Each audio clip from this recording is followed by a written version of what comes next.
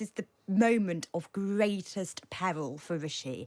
And even some of those people manoeuvring against him will privately admit, look, if it doesn't work within 2 weeks or so of the local elections, it ain't going to happen. We're not going to get rid of him. Contest. We talked about them a bit. Do you see them as a lifeline for Rishi Sunak? I think these mayoral contests are a really big deal. So you get the council elections and, losing lots of council seats, that's sad and bad. But it's these two big players your eyes are on. It's Ben Houchen in the North East and it's Andy Street in the West Midlands. Now, these are two men who have been mayor a long time. They've got their own personal brand. Ben Houchen, every time I write about Ben Houchen, or I did originally, I called him, he came with the epithet Red Wall poster boy. He is the Red Wall Tory, okay? He rose with Boris, with Brexit. He rose on this promise of levelling up. And if they lose him, Rishi's in trouble. I think he's got the second highest, not approval rating's the wrong phrase. What is it? The vote of any politician in the entire country. Yes. 73%. Yes. Now, obviously, they were riding high back then, but if you lose Ben on Friday night, Rishi will see, I think, a lot of critics come out the woodwork. Andy Street, I think it's more factored in that that's going to be a really tough fight. I think if I was Labour, I'd want to win that. Yeah. So I think if Rishi manages somehow to hold on to both of those men, that's a good night for Rishi. That's a very good night for Rishi. Indeed. Well, and Ben Houchen is he's the sort of, as you say, the standard carrier, the poster boy of the Red Wall, Andy Street. The same thing when it comes to middle England. So they would be massive, totemic defeats. There's also, by the way, North Yorkshire, the new mayoralty in North Yorkshire. That's going Labour, isn't it? In a normal world, it would not. But I mean, there's a real suggestion that it might, which would be a sort of triple whammy. Ben Houchen, there does seem to be ahead in the polls than what we've seen, a few points ahead. Andy Street very much on a knife edge, but with his nose in front. So enough there to torture the Prime Minister and his team with the hope that it might actually happen. I think another thing to remember about these mayoral contests is that the local aspect of it does also play an important part. Of course, there is a national swing and there's a national sentiment about the Conservatives, etc. And that is obviously why these people are trying to campaign on their own terms and try to avoid the Conservative branding, etc. However, because they're such kind of big figures and it's slightly easier for the public to understand, I think. They sort of see this one totemic person that runs their area, this mayor. I think it's easier for them to attach some of the local problems or some of the local issues that get discussed to that person. We've seen that, for example, in London with the ULEZ thing being completely attached to Sadiq Khan, for example, or, people might blame crime on Sadiq Khan, etc., in a potentially a different way than sometimes you might get with the council elections, where the blame is potentially distributed through lots of people. You don't really know who your councillors are. You probably wouldn't be able to name a single one of them. It was interesting. I actually went to Teesside this week and I was reporting on the Freeport, the Teesworks Freeport issue, because obviously it's a massive development that's got lots of central government money going into it, but there'd be lots of questions about the way that the business arrangements have been set up, essentially, and questions about value for money and whether or not a couple of businessmen basically have managed to make huge profits at great expense to the taxpayer. How's that playing in that region? And that's exactly what I was asking about. And it seems, interestingly, like there are a fair few people I was sort of surprised that a fair few people did know about it, but what they were saying was, I don't really care. If he brings jobs to the area and if there's development and exciting, something to hope for, etc., that's the thing that matters. And so you get these issues where, although the opposition are definitely obviously trying to kind of hang it around Ben Houchen's neck, the Labour candidate for that Tees Valley mayoralty is saying, this is a problematic deal and I would look at it again, I would renegotiate it, etc. Even though the opponents are trying to attack these problems on to Ben Houchen, people on the ground, they know who he is, they have a sense of the issues, and they know what they think is important to them, and they are making their own decision based on that. So my point overall is just there is a big local element to this as well, which is an interesting dynamic, I think, with the national swing. What about the contradiction here, which is, as we all say, and it's not the first time that we said it, if these mayors, these totemic mayors, hang on in office, they're going to be punching the air in number 10 Downing Street. But if they do hang on in office, it's because they've disassociated themselves so absolutely thoroughly from Rishi Sunak and from the government. I mean, you made the point. Boris Johnson, he's been giving them their endorsement. And what was the message of that endorsement? We were hearing about that earlier on, Kate. It was, forget about the government, forget about Rishi Sunak, vote for these mayors. It was the least Tory message you could ever possibly imagine. And we know, look, it's out of Boris Johnson's playbook to sort of send across the subliminal message that it's all gone wrong since they turfed me out. But it also underlines an important theme here, which is we're looking at mayors who may just hang on in there because they're so far away from Rishi Sunak, which is it's a mixed message. Sunak can celebrate that, but equally it's a slap in the face for Rishi Sunak. If I'm honest, I'm going to say Downing Street are probably pretty relaxed about that. What they want to do is keep these two Tory big beast mayors in, and if they can, that's a good night. They've got, how long have they been mayors? We're talking about, this is their third term, both of them, isn't it? So, you know, they are gonna try and distinguish themselves from a Tory brand that is not popular in the polls. Yes. Mayors are kind of often have a lot of leeway to be distinct from leaders, to sum up their areas. You know, Boris, when he was in London, who's the original Labour mayor? God, I've forgotten his name. Livingston. You know, these were allowed to be different brands of Toryism, of Labour, than their central HQ. So, you know, Downing Street, on the whole, they're not going to worry too much about the literature. They're not going to sweat it that Rishi's photo isn't being plastered all over West Midlands or whatever. They're going to. What matters is can popular members of the Tory party hold on to positions that they feel like they should be able to hold on to. You know what? I bet you're right. Wouldn't you, Amelia? Of course, they're going to be happy if those results come in. They will think. Well, I was going to say they think job done, but there's a bit more to it than that, and that's without getting into the minds of the potential Tory dissidents and potential mutineers and rebels, which I do want to do with you in just a moment. We're on Pina and friends here, Kate Ferguson and Emilio Casaliccio here with me. It is 7:44. This is John Pina and friends on Times Radio in association with BT. With connectivity you can count on, whatever your business, BT's got your back. Our planet needs protecting. Extreme weather patterns, rising sea levels, extinction of species. Yet amidst these global threats, hope remains boundless. I believe on the power of the people. In the second series of Planet Hope from The Times in partnership with Rolex, environment editor of The Times Adam Vaughan continues his exploration of the solutions that can help us protect our precious planet. Follow and listen to Series 2 of Planet Hope right now from your preferred podcast provider. Get the day's politics, business and sport every weekday in breakfast from 6:30 a.m. My name is Daniela. I'm a surgeon and I work for Médecins Sans Frontières, currently based in the Democratic Republic of Congo. Our team works in places where natural disasters and war leave people in need of emergency medical care. When there's an outbreak of violence, it becomes a really complicated day because you need to deal with the massive influx of patients. As a surgeon, it's a really challenging work. You have the capacity to touch the lives of people that otherwise would not be able to have access to safe surgical care. But we can only do this with your help. So please give £30 to MSF today by searching MSF Response or by calling 0800 200 222. That's 0800 200 222. Thank you. John Pina on Times Radio. So Emilio Casaliccio here with me on Pina and Friends, as is Kate Ferguson, and we're talking now about election night, obviously, which, you know, the votes tomorrow, election night Friday, counting goes on into Saturday. It's going to be quite a weekend for British politics. And what does it mean for Rishi Sunak?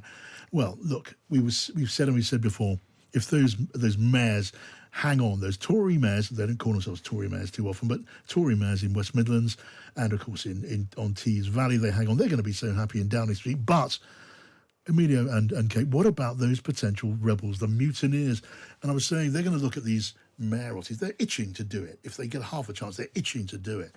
And they see these mayors hang on by distancing themselves from Rishi Sunak. Their thought, their prayer, their hope is the idea catches on. Look, that's how you succeed.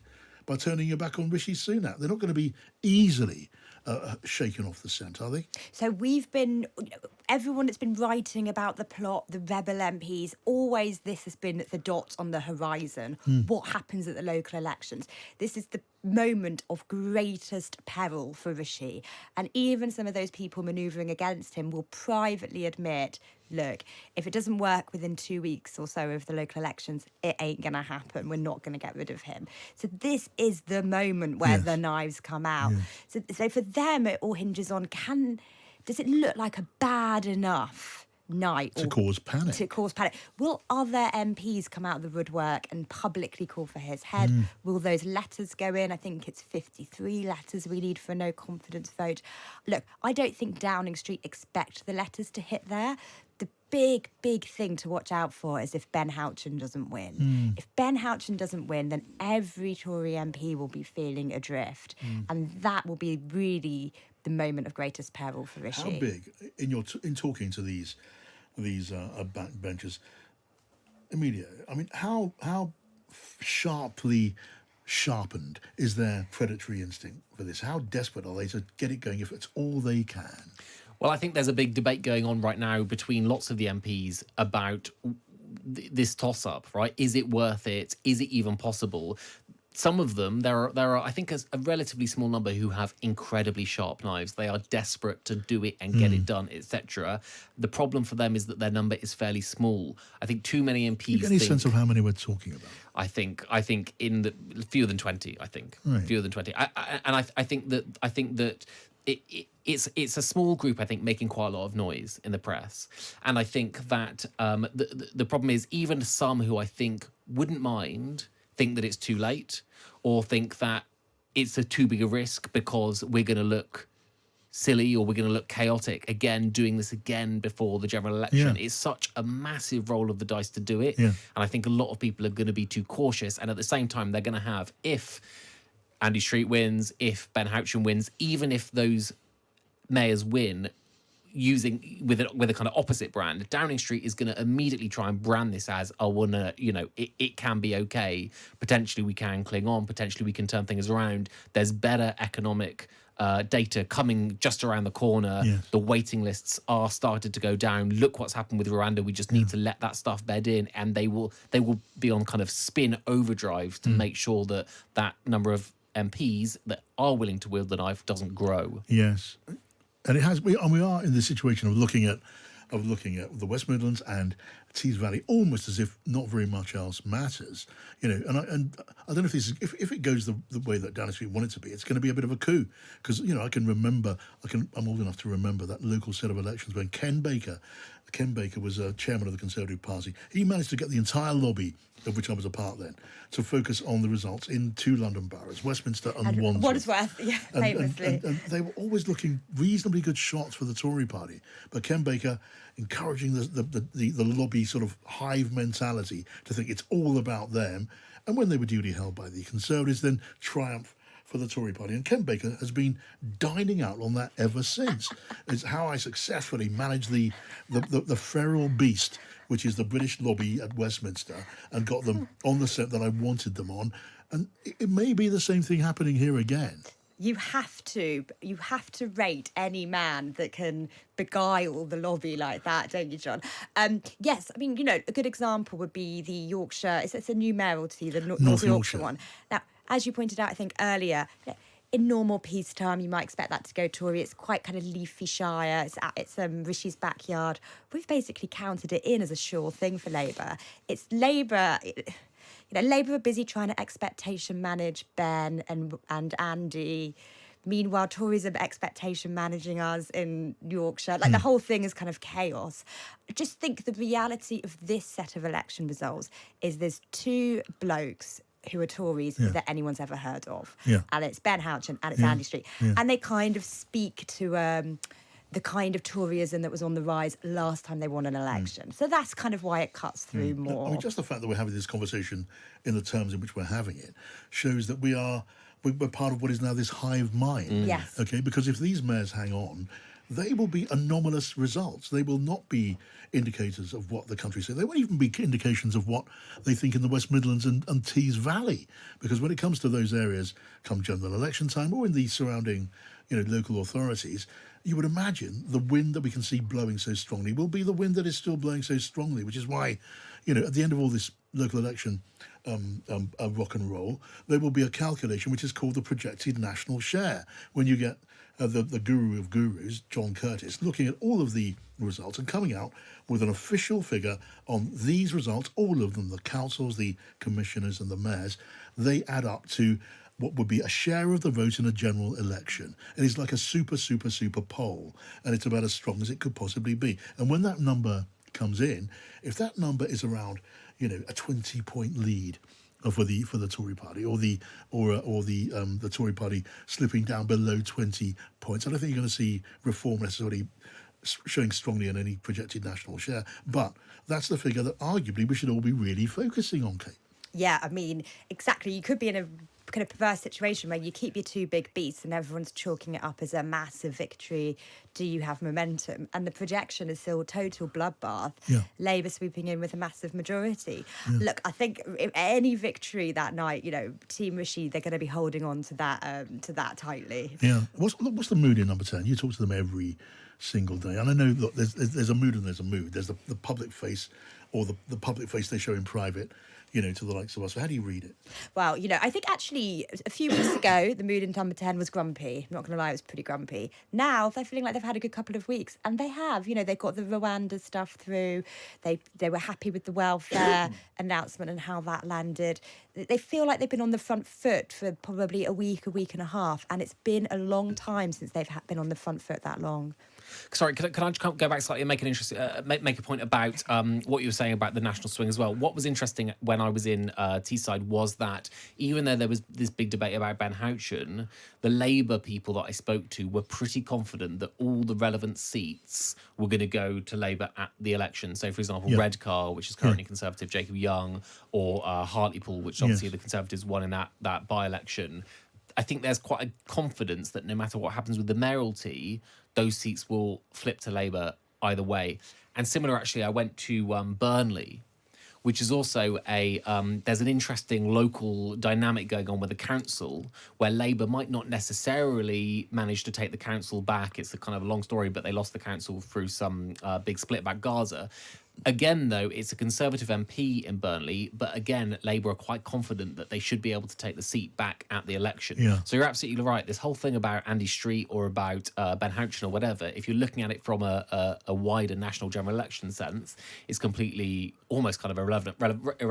And also, another point on top of that is that what would be interesting is if those mayors win and then we end up with a Labour government, and how that Labour government then deals with these Conservative mayors on issues, like the very contested Tees Works issue, for example, or, I don't know, with Andy Street and the questions about HS2 and the general rail connectivity issues, for example. What's going to be interesting, I think, is, seeing a Labour government dealing with those Conservative mayors, because obviously that's not something we've seen yet. Yeah, but also just lastly on this, if those mayors survive, it may be, as it were, bucking the trend in the country for the general swing of public opinion, but it will be a lesson in itself for those mayors. It may be because in the future, after the next general election, maybe those mayors stand as an example of what can be achieved by someone, whether you're Labour or Tory. Even if you're in a party like the Tory party, which is really up against it, if you break away from the factionalism and the tribalism and the sort of divisive politics and try to get over that,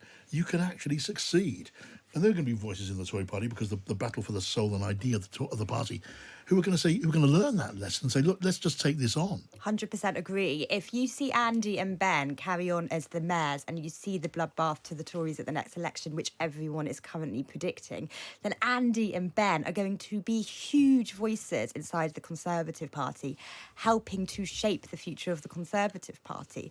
Now, they may not be MPs, they may not be running for the next Tory leader, but they are going to be hugely influential, and rightly so if they do manage to hold on, because they will be proven to be election winners. Right.